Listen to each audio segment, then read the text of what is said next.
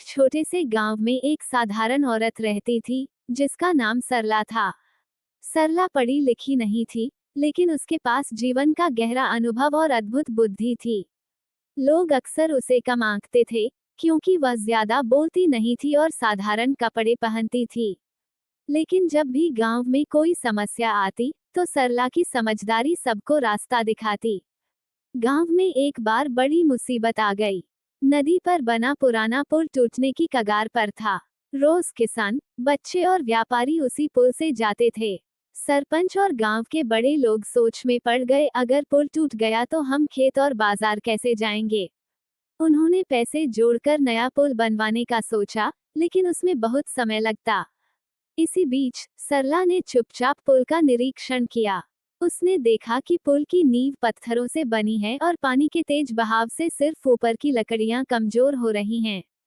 सरला ने गांव वालों से कहा, अगर हम सब मिलकर नदी के बहाव को थोड़ा मोड़ दें और ऊपर की लकड़ियों को बांस और रस्सियों से सहारा दें, तो पुल कुछ साल और सुरक्षित रह सकता है।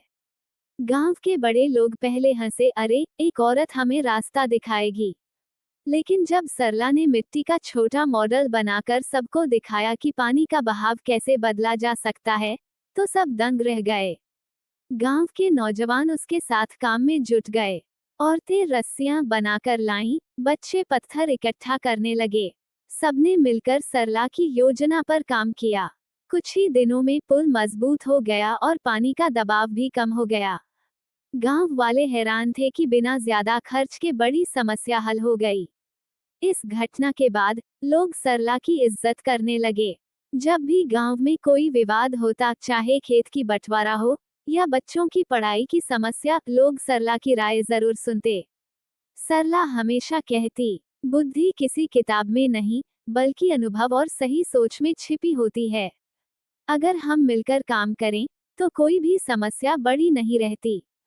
धीरे धीरे सरला गांव की प्रेरणा बन गई। बच्चे उसे अपना शिक्षक मानते और बड़े लोग उसे मार्गदर्शक। उसकी सबसे बड़ी सीख यही थी, समस्या चाहे कितनी भी बड़ी हो, अगर हम डरे नहीं और सोच समझकर कदम उठाएं, तो हर मुश्किल